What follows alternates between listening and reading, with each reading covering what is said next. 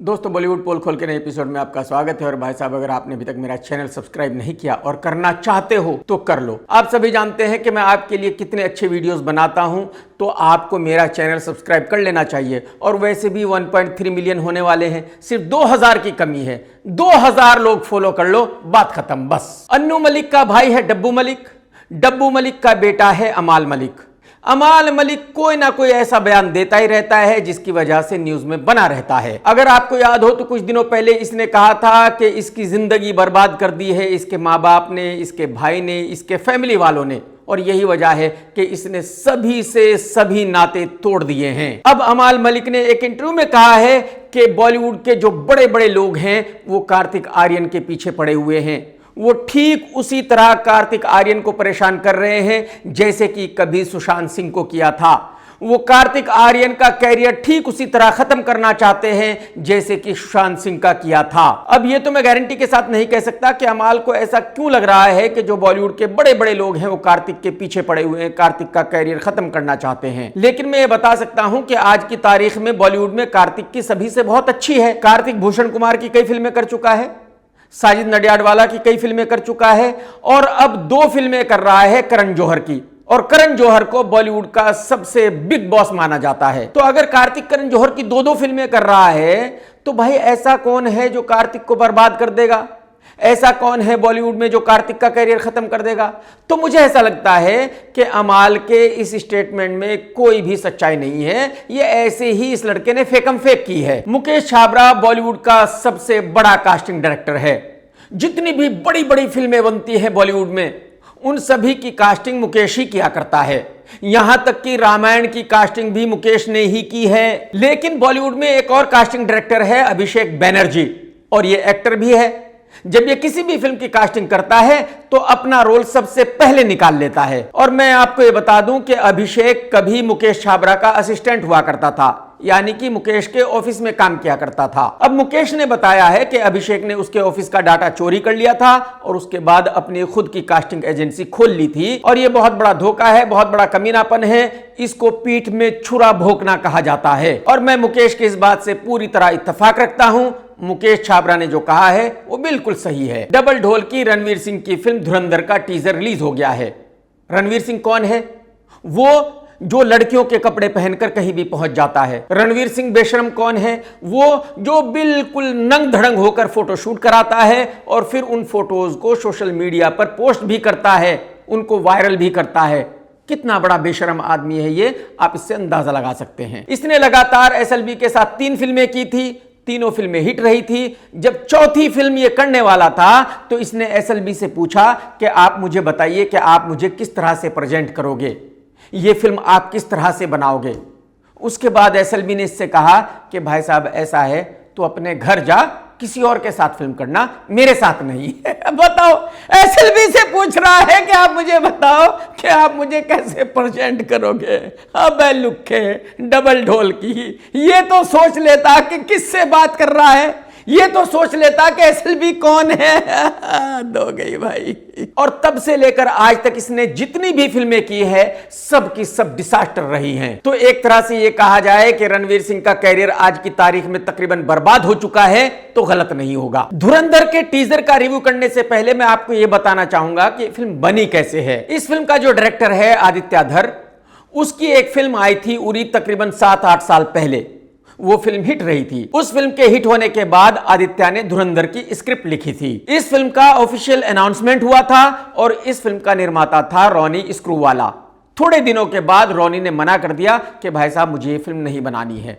उसकी वजह यह है कि आदित्य ने उस वक्त रॉनी को बताया था कि इस फिल्म का बजट होगा 250 करोड़ रुपए। जब रॉनी ने इस फिल्म में पैसे लगाने से मना कर दिया, उसके बाद आदित्य इस फिल्म को लेकर कई और निर्माताओं के पास गया और सभी निर्माताओं ने इस फिल्म को बनाने से मना कर दिया। सभी निर्माताओं का यह कहना था कि भाई साहब आज की तारीख में रणवीर सिंह की रिकवरी नहीं है, रणवीर सिंह की फिल्में चल नहीं रही है, तो इस फिल्म पर इतना पैसा लगाया जाना ठीक नहीं है। इसी बीच आदित्य ने जियो के साथ 2-3 छोटी छोटी फिल्में बनाई और वो फिल्में चल गई। और जियो को चलाती है ज्योति देशपांडे। तो जब आदित्य की वो छोटी छोटी फिल्में चल गई तो ज्योति को लगा कि वाकई ही आदित्य एक कामयाब फिल्म मेकर है, आदित्य को पता है कि क्या फिल्म बननी चाहिए, क्या नहीं बननी चाहिए। यही वजह है कि ज्योति ने आदित्य से कहा कि ठीक है भाई, जियो इसमें 250 करोड़ रुपए लगाएगा, आप इस फिल्म को बनाइए। और तब इस फिल्म की शुरुआत हुई। लेकिन फिल्म 70% बनी थी और 250 करोड़ रुपए खत्म हो गए थे।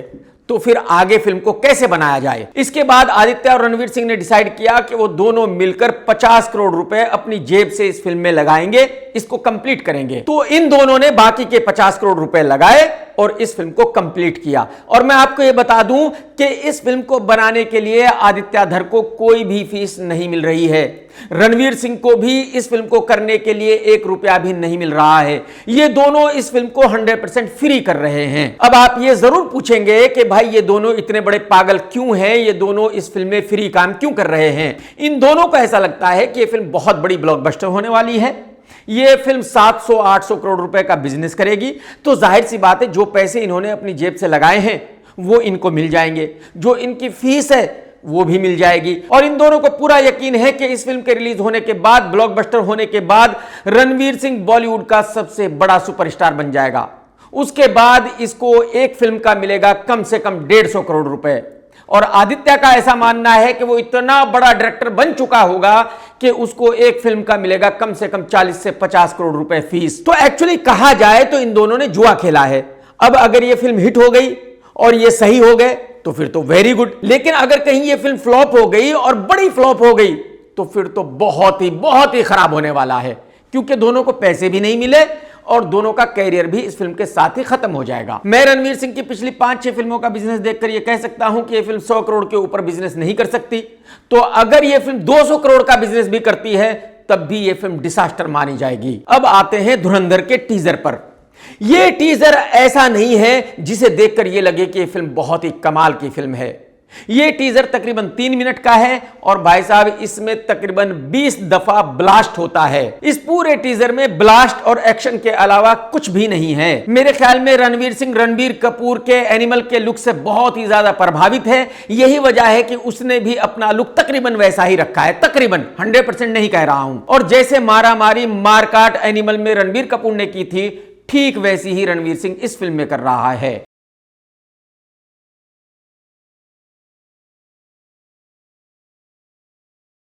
इस फिल्म में अक्षय खन्ना भी है, संजय दत्त भी है, अर्जुन रामपाल भी है। बस ये जो अर्जुन रामपाल है ये इतना बड़ा पनौती है भाई साहब कि आज तक जिस फिल्म में ये आया है उस फिल्म ने बॉक्स ऑफिस पर पानी नहीं मांगा। भाई साहब मैं आपको ये बता दूं कि यही बंदा था कंगना रनावत की धाकड़ में विलन, और उस फिल्म के साथ ही कंगना का कैरियर खत्म हो गया था। यही बंदा था शाहरुख खान की फिल्म रावण का विलन।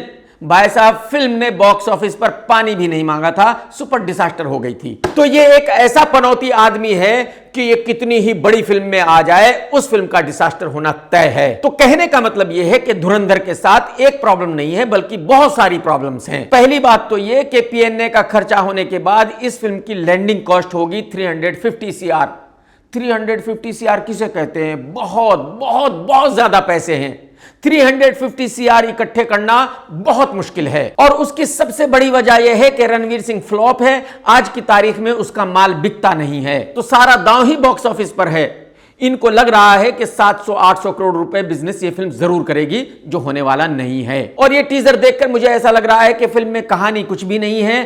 तो अगर कहानी नहीं होगी तो फिर फिल्म में कितनी भी मारधाड़ हो, फिल्म चल नहीं सकती। रणवीर सिंह का सितारा डूब रहा है। रणवीर सिंह की फिल्म पब्लिक को देखनी ही नहीं है, क्योंकि पब्लिक को पता है कि कितना बड़ा छिछोरा है। और ऊपर से इस फिल्म में महापनौती अर्जुन रामपाल है।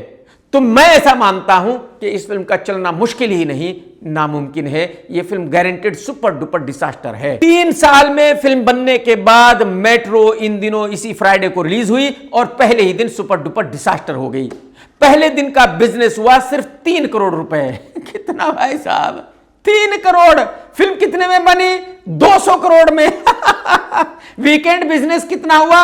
13 करोड़ रुपए का। कितना भाई साहब? 13 CR।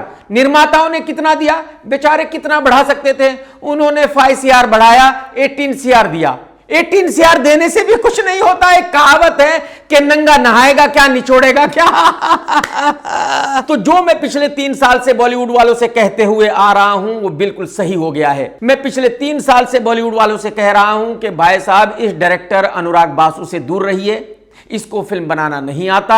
अगर आप इसके साथ काम करोगे तो ये आपका कैरियर खत्म कर देगा। अरे भाई साहब, इसने तो जग्गा जासूस बनाकर रणबीर कपूर का कैरियर ऑलमोस्ट खत्म कर दिया था। वो तो किसी तरह बच गया। तो जितने भी एक्टर मेट्रो इन दिनों में हैं, वैसे वो बेचारे बहुत बड़े सुपरस्टार नहीं है, वैसे ही उनका स्टारडम नहीं है, छोटा मोटा उनका कैरियर है। लेकिन जो कुछ थोड़ा बहुत था वो इस भाई ने इस फिल्म के साथ खत्म कर दिया है।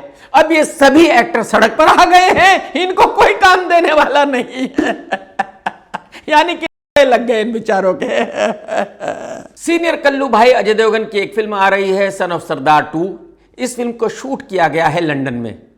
नाम है सन ऑफ सरदार 2। शूट होनी चाहिए पंजाब में, फिल्म शूट की गई है लंदन में। लंदन में क्यों की गई है? सब्सिडी के लिए। वहां से मोटे से पैसे लेने हैं सब्सिडी में। इस फिल्म की हीरोइन है मृणाल ठाकुर और आज इस फिल्म का एक गाना रिलीज हुआ है। गाना कब्रिस्तान में शुरू होता है जहां सैकड़ों मुर्दे अपनी अपनी कब्र से निकलकर इस गाने पर डांस करने लगते हैं। आप अंदाजा लगाइए, सीनियर कल्लू भाई का गाना सुनकर मुर्दे भी कब्र से बाहर आ जाते। बिल्कुल ठीक है कल्लू भाई, आपने सही आइडिया लगाया है। अच्छा, गाने के अल्फाज भी पंजाबी है, पहली तू, दूजी तू, तीजी तू वगैरह वगैरह।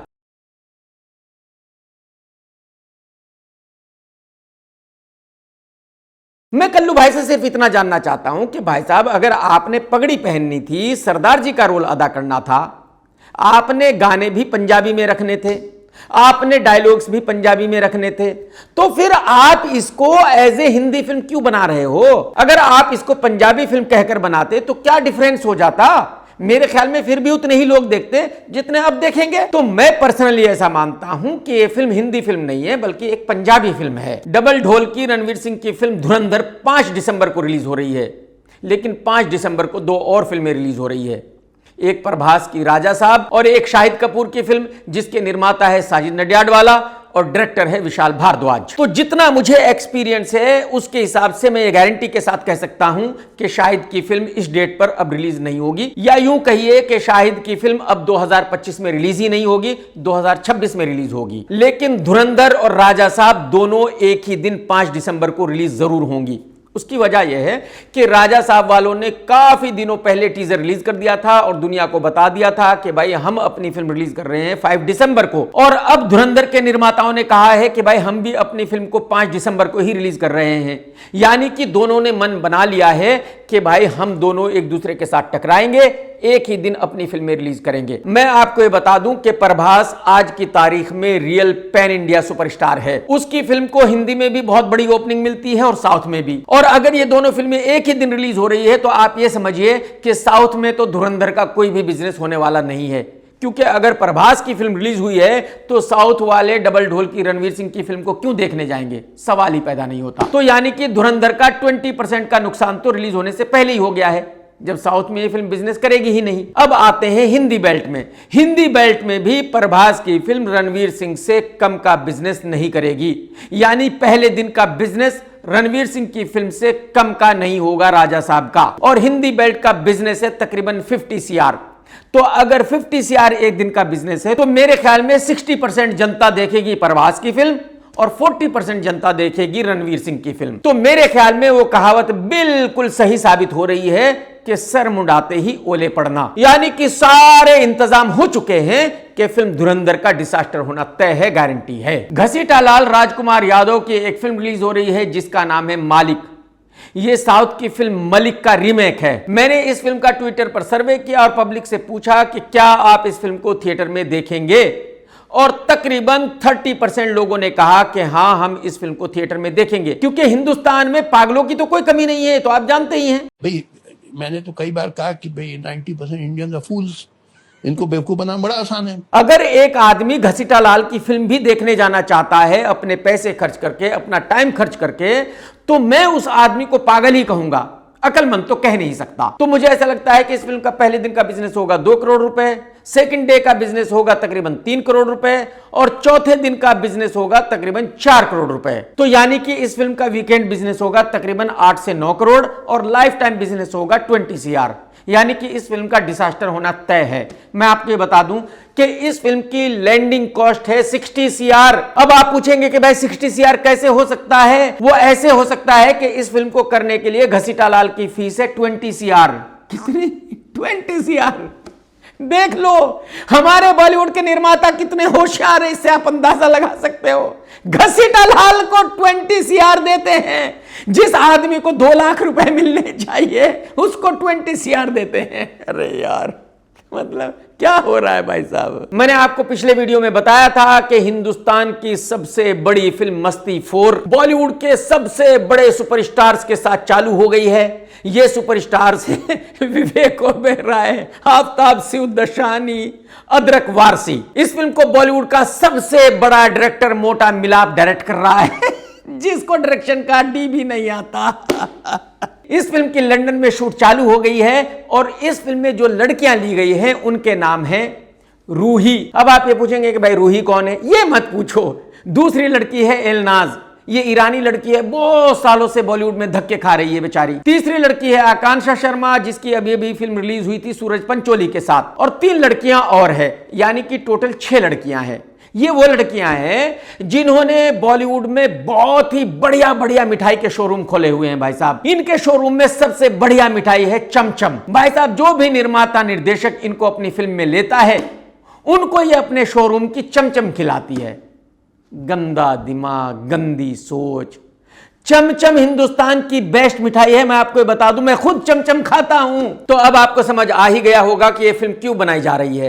एक्चुअली यह फिल्म सिर्फ और सिर्फ मिठाई के लिए बनाई जा रही है।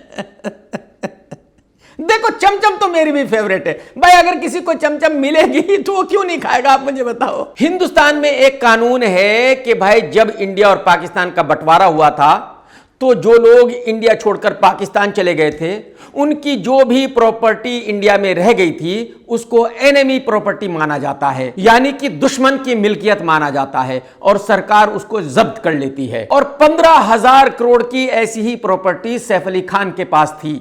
सैफ अली खान बहुत सालों से केस लड़ रहा था सरकार के खिलाफ और फाइनली अदालत का फैसला आ गया है कि 15,000 की प्रॉपर्टी सरकार की हो गई है, सैफ अली खान की नहीं रही। बात ही खत्म, टाटा बाय बाय। तो कहने का मतलब यह है कि सैफ अली खान के ऊपर दुखों का पहाड़ टूट पड़ा है। वैसे सैफ अली खान को गम बिल्कुल नहीं होना चाहिए।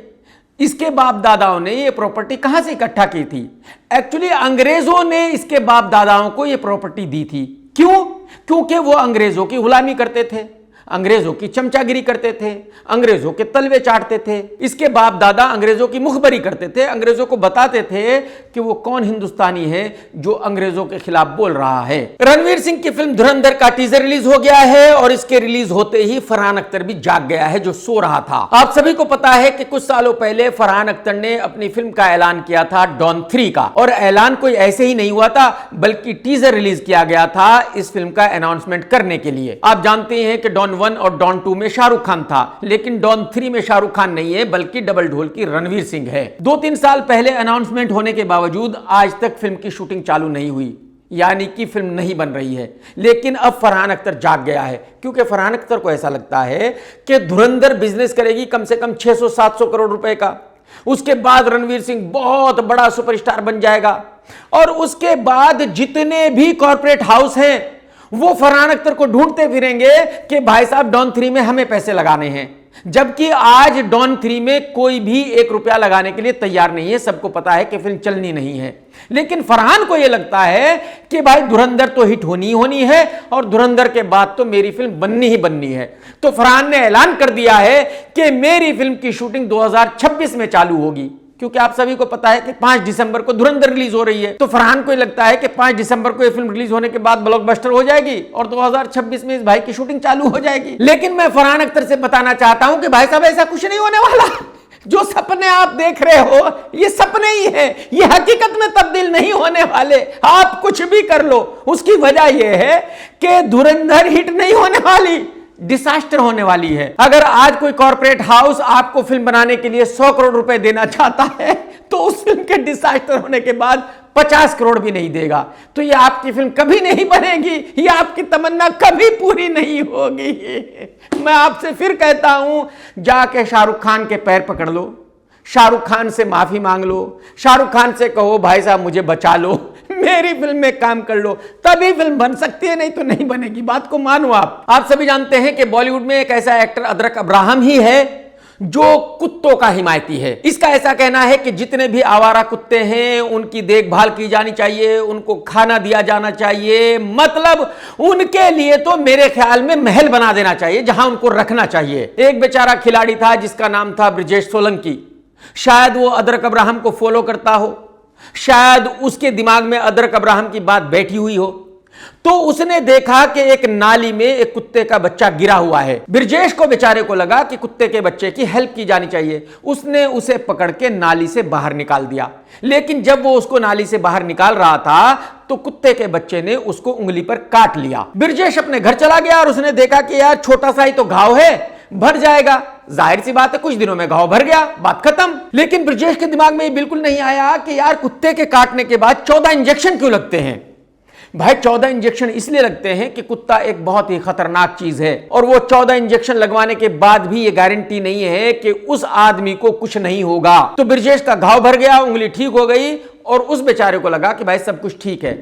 लेकिन कुछ दिनों के बाद अचानक उसकी उंगली काली पड़नी शुरू हो गई, मतलब ब्रिजेश को रेबीज हो गया। मैं आपको ये बता दूं कि आज की तारीख में भी इसकी दुनिया में कोई दवाई नहीं है। तो उसके घर वाले उसको हॉस्पिटल लेकर गए और हॉस्पिटल वालों ने कहा कि भाई साहब अब कुछ नहीं हो सकता, अब इसकी जान जानी तय है। और देश का एक होनहार खिलाड़ी 24 घंटे के अंदर मौत की भेंट चढ़ गया। ब्रिजेश सोलंकी की जान चली गई कुत्ते के बच्चे के काटने की वजह से। कुछ महीनों पहले ब्रिजेश सोलंकी जो कि नेशनल लेवल के कबड्डी प्लेयर हैं, छोटा सा कुत्ते का बच्चा नाली में गिर गया था तो इन्होंने इंसानियत दिखाते हुए उस कुत्ते को नाली से बाहर निकाला और उसी टाइम पे कुत्ते के बच्चे ने उंगली पर इनके काट। और भाई साहब डॉक्टर्स का कहना यह है कि यह जरूरी नहीं कि अगर कुत्ता काटेगा ही तभी आपको रेबीज होगा, अगर कुत्ते ने आपका जख्म चाट भी लिया तब भी आपको रेबीज हो सकता है, अगर कुत्ते की राल भी आपके मुंह में किसी तरह चली गई तब भी आपको रेबीज हो सकता है। कहने का मतलब यह है कि कुत्ता एक बहुत ही डेंजरस चीज है। आप सभी से मैं रिक्वेस्ट करता हूं, हाथ जोड़कर रिक्वेस्ट करता हूं कि भाई साहब कुत्ते से दूर रहिए, क्योंकि अगर आपको रेबीज हो गया तो फिर आपको दुनिया की कोई भी दवाई बचा नहीं सकती। और मैं ब्रिजेश के घर वालों से हाथ जोड़कर रिक्वेस्ट करता हूं कि वो अदालत जाए और अदरक अब्राहम पर केस करे, इस बंदे को ऐसी सजा दिलाए ताकि हिंदुस्तान में कोई दूसरा आदमी इसके नक्शे कदम पर ना चले। वाशु भगनानी जी ने एक फिल्म बनाई थी बड़े मियां छोटे मियां, बहुत बड़ी डिजास्टर रही थी। अब वाशु जी ने एक इंटरव्यू दिया है और बताया है कि फिल्म के फ्लॉप होने के पीछे पूरी जिम्मेदारी है इस फिल्म के डायरेक्टर अली जाफर की। वाशु जी का कहना यह है कि उन्होंने अली से कहा था कि भाई साहब मैं एक कॉमेडी फिल्म बनाना चाहता हूं, अगर तुम एक्शन रखना चाहते हो तो रखो, लेकिन कॉमेडी ज्यादा होनी चाहिए। लेकिन अली ने जो फिल्म बनाई उसमें कॉमेडी थी ही नहीं, उसमें एक्शन ही एक्शन था और यही वजह है कि वो फिल्म इतनी बड़ी फ्लॉप हो गई। अब ये तो मैं गारंटी के साथ नहीं कह सकता कि वाशु और अली की क्या बात हुई थी उस फिल्म को बनाने से पहले, लेकिन मैंने कहा था कि भाई अगर बड़े मियां छोटे मियां बन रही है तो वो एक्शन फिल्म नहीं हो सकती, वो कॉमेडी फिल्म होनी चाहिए।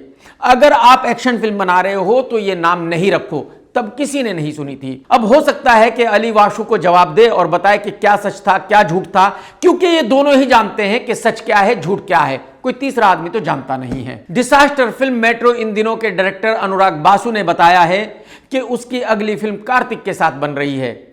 इस फिल्म का एक शेड्यूल हो चुका है और यह फिल्म 50% कंप्लीट हो गई है। बासु ने यह भी कहा है कि कुछ महीनों के बाद इस फिल्म का दूसरा शेड्यूल चालू होगा, जल्दी ही इस फिल्म को कंप्लीट कर लिया जाएगा और फिर इस फिल्म को रिलीज किया जाएगा। शेफाली जरीवाला की अचानक मौत हो गई, ऊपर वाला उनको स्वर्ग में जगह दे। और बहुत सारे लोग हैं जो शेफाली के बारे में बात कर रहे हैं। कोई कह रहा है वो तो दवाई लेती थी, कोई कुछ कह रहा है, कोई कुछ कह रहा है। मुझे ऐसा लगता है कि शेफाली बेचारी इस दुनिया को छोड़कर चली गई तो अब उसके बारे में किसी को भी ऐसी घटिया बातें करने का कोई हक नहीं है। अब ड्रामा पोतड़ों की बिगड़ी हुई मलिका शेरावत ने कहा है कि शेफाली बहुत कुछ गलत कर रही थी, शेफाली ने बहुत सारी सर्जरी कराई थी, शेफाली ये दवाई ले रही थी, वो दवाई ले रही थी। और मलिका ने यह भी कहा कि बॉलीवुड की जितनी दूसरी लड़कियां हैं उनको भी ऐसा कुछ नहीं करना चाहिए, उनको सर्जरी नहीं करानी चाहिए, उनको दवाइयां नहीं खानी चाहिए। जरा इसकी शक्ल देख लीजिए आप। No to Botox, no to cosmetic fillers, yes to a healthy way of living. ये 55 साल की बुढ़िया है, एक बेटे की अम्मा है, 20 सर्जरी करा चुकी है खुद, और ये सर्जरी पर ज्ञान दे रही है। आप अंदाजा लगाइए मतलब क्या हो रहा है भाई साहब। इनको शर्म नहीं आती ऐसी बातें करते हुए। एक्टर अल्लू अर्जुन के फादर एक बहुत बड़े निर्माता हैं, बहुत बड़े, और अब अल्लू अर्जुन के फादर पर इल्जाम लगा है कि उन्होंने 100 करोड़ रुपए देश से बाहर भेजे हैं हवाला के थ्रू, यानी कि अल्लू अर्जुन के फादर ने मनी लॉन्ड्रिंग की है, ऐसा इल्जाम लगा है। साबित नहीं हुआ, लेकिन मैं आपको ये बता दूं कि यह बहुत ही खतरनाक केस है, क्योंकि ईडी के पास वो पावर है कि अगर उसको शक हो जाए कि किसी ने मनी लॉन्ड्रिंग की है तो वो उसको फौरन ही अरेस्ट कर सकती है बिना किसी सबूत के, और उसको जेल में डाल सकती है, और महीनों जमानत नहीं हो सकती। आज अल्लू अर्जुन बहुत बड़ा सुपरस्टार है, बहुत पावरफुल है, तो उम्मीद तो यही करता हूं कि उसके फादर को कुछ नहीं होगा, लेकिन देखने वाली बात होगी कि आगे क्या होगा इस केस का। बेशरम नालायक घटिया इंसान कपिल शर्मा ने कनाडा में एक रेस्टोरेंट खोला है जिसका नाम है कैप्स कैफे। लो we finally wait is over. Kapil Sharma ਦਾ ਕੈਨੇਡਾ ਦੇ ਵਿੱਚ ਪਹਿਲਾ कैफे ओपन हो गया है, जिਵੇਂ ਤੁਸੀਂ ਪਿੱਛੇ देख पा रहे हो, कैप्स कैफे कनाडा। और कनाडा के दूसरे शहरों में भी उसकी ब्रांच खोली गई है, और भी कई शहरों में ब्रांच खोली जाएगी। यानी कि ऐसा लगता है कि इस प्रोजेक्ट में कम से कम 100 करोड़ रुपए का इन्वेस्टमेंट हुआ है। अब देखने वाली बात यह होगी कि क्या कपिल शर्मा ने ये 100 करोड़ रुपए ऑफिशियली ट्रांसफर किए हैं कनाडा, या इसने भी हवाला किया है, इसने भी मनी लॉन्ड्रिंग की है। मैं ये बिल्कुल नहीं कह रहा हूं कि कपिल ने ये पैसा हवाले से भेजा है, मैं सिर्फ पूछ रहा हूं कि ये पैसा ऑफिशियली गया है या हवाले से गया है। तो मैं ईडी सीबीआई से रिक्वेस्ट करता हूं कि आप चेक कीजिए कि कपिल ने ये पैसा इंडिया से कनाडा कैसे भेजा है, ऑफिशियली भेजा है या मनी लॉन्ड्रिंग हुई है। ईशान खट्टर और जानवी कपूर को एक ही फिल्म में लॉन्च किया गया था, उसके बाद इन दोनों का अफेयर हो गया था, और ऑफिशियल अफेयर था, सारी दुनिया को बताया गया था कि इन दोनों का अफेयर चल रहा है। अब कहीं कोई एक प्रोग्राम था, वहां ईशान खट्टर पट्टर स्टेज पर था और जानवी भी वहां गई, तो ईशान ने जानवी का हाथ पकड़ने की कोशिश की, लेकिन जानवी ने ईशान खट्टर पट्टर से कहा कि बेटा तेरी औकात नहीं है, मेरा हाथ मत पकड़।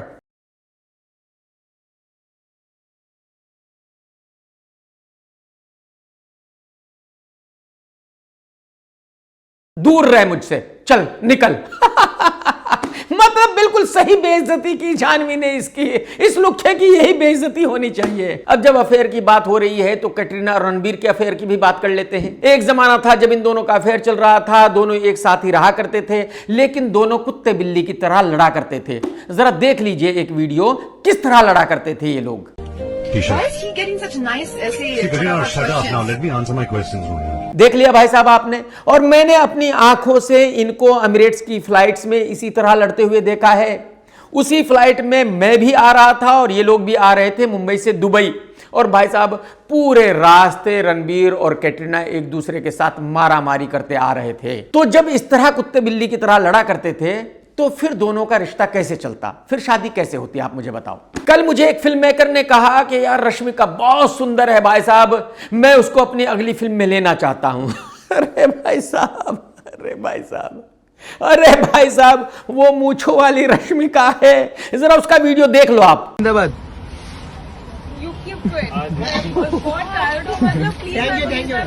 आपने देख लिया वीडियो, आपको रश्मिका कहीं से सुंदर दिखी? आपको लगता है ये सुंदर है? भाई साहब अगर ये लड़की भी एक्ट्रेस बन सकती है तो मैं गारंटी के साथ कह सकता हूं कि दुनिया की कोई भी लड़की एक्ट्रेस बन सकती है, बस उसको चमचम खिलानी आती हो। गंदा दिमाग, गंदी सोच। चमचम मिठाई की बात कर रहा हूं, मिठाई, ये बेस्ट मिठाई है चमचम। मेरी समझ में नहीं आ रहा है कि गोविंदा की पत्नी सुनीता को क्या हो गया है, ये पब्लिसिटी की इतनी भूखी क्यों है? भाई साहब 24 आवर कहीं ना कहीं ये औरत कोई ना कोई बयान देती ही रहती है। 24 आवर कहीं ना कहीं गोविंदा को गाली देते हुए मिल जाएगी आपको। अब इसने कहा है कि गोविंदा बुड्ढे ने मेरे बच्चों की कोई हेल्प नहीं की। जो इसने कहा मैं वही बोल रहा हूं। इसने खुद कहा कि गोविंदा बुड्ढे ने, और ये कह के हंसी भी। गोविंदा ने मेरे बच्चों को नहीं सपोर्ट किया, मैं सच्ची बोल रही हूँ जी। और नहीं किया, उसने कुछ सोच के शायद नहीं किया होगा, क्योंकि वो कैलकुलेशंस जो करता है ना अपना बैठ के। मेरे बेटे ने 84 ऑडिशंस दिया, बीइंग गोविंदा सन, उसको जरूरत नहीं था देने का 84 ऑडिशंस, बट मैंने बोला ठीक है, जो तू मेहनत कर रहा है ना बेटा, तेरे को इसका फल अच्छा मिलेगा। एंड तू सुपरस्टार बन के ही रहेगा। आज टीना अपने बलबूते पे काम कर रही है, she doing a nice talk show in Punjab, और यशवर्धन ने मैत्री के पिक्चर साइन की है जिन्होंने पुष्पा बनाया। सुनीता का कहना यह है कि गोविंदा की बिना हेल्प के ही मेरी बेटी बहुत अच्छा कर रही है, मेरी बेटी एक शो कर रही है पंजाब में। बताइए, इसकी बेटी पंजाब में कोई छोटा मोटा शो कर रही है टीवी के लिए और कह रही है कि मेरी बेटी बहुत अच्छा कर रही है। अरे मैडम जी, आपकी बेटी जवानी में बुढ़ी दिखती है तो उसकी गोविंदा बेचारा क्या हेल्प करता, आप मुझे बताओ तो सही। उसको कौन काम दे देगा? और गोविंदा को नहीं पता कि लड़कियों को कैसे काम मिलता है, तो गोविंदा अपनी बेटी को काम कैसे दिलाए? गोविंदा बेचारा अपनी बेटी की हेल्प कैसे करे, वो तो बताओ मैडम जी मुझे आप। सुनीता मैडम ने यह भी कहा कि अब तक मेरा बेटा तकरीबन 80 ऑडिशंस दे चुका है। हालांकि वो गोविंदा का बेटा है, उसको इस तरह से ऑडिशन देने की जरूरत नहीं थी। अगर गोविंदा उसकी हेल्प करता तो उसको बिना ऑडिशन दिए ही फिल्म मिल जाती। मैडम जी, ये आपकी गलतफहमी है। आपकी इस गलतफहमी को गोविंदा दूर नहीं कर सकता। गोविंदा अपने वक्त में बहुत बड़ा स्टार रहा है, गोविंदा अपने वक्त में बहुत बड़ा एक्टर भी था। गोविंदा को अच्छी तरह पता है कि कौन लड़का स्टार बन सकता है, एक्टर बन सकता है, कौन नहीं बन सकता। गोविंदा को अच्छी तरह पता है कि उसके बेटे में एक भी गुण नहीं है एक्टर बनने के। आप कह रही हो आपका बेटा एक दिन सुपरस्टार बनेगा, आपका बेटा एक्टर भी बन जाए तो बहुत बड़ी बात है। आपके बेटे को कोई फिल्म नहीं देने वाला, बात को मानो मेरी। आपका बेटा लड़की जैसा दिखता है, लड़की की तरह चलता है, लड़की की तरह बोलता है। आपका बेटा अगर हीरोइन बनना चाहे तो बन सकता है, लेकिन स्टार नहीं बन सकता। और सुपरस्टार ये तो सपने भी आप मत देखो। और गोविंदा ने बेचारे ने बिल्कुल सही किया है। गोविंदा को पता है कि वो अपने बेटे और बेटी की हेल्प नहीं कर सकता, क्योंकि दोनों में कोई भी गुण नहीं है स्टार बनने के। दोस्तों, अगर आज का वीडियो आपने देखा है तो लाइक करना बिल्कुल मत भूलना। कमेंट्स करके जरूर बताना कि आज का वीडियो आपको कैसा लगा। टेक केयर दोस्तों, tata bye bye, love you, जय हिंद। सत्यमेव जयते।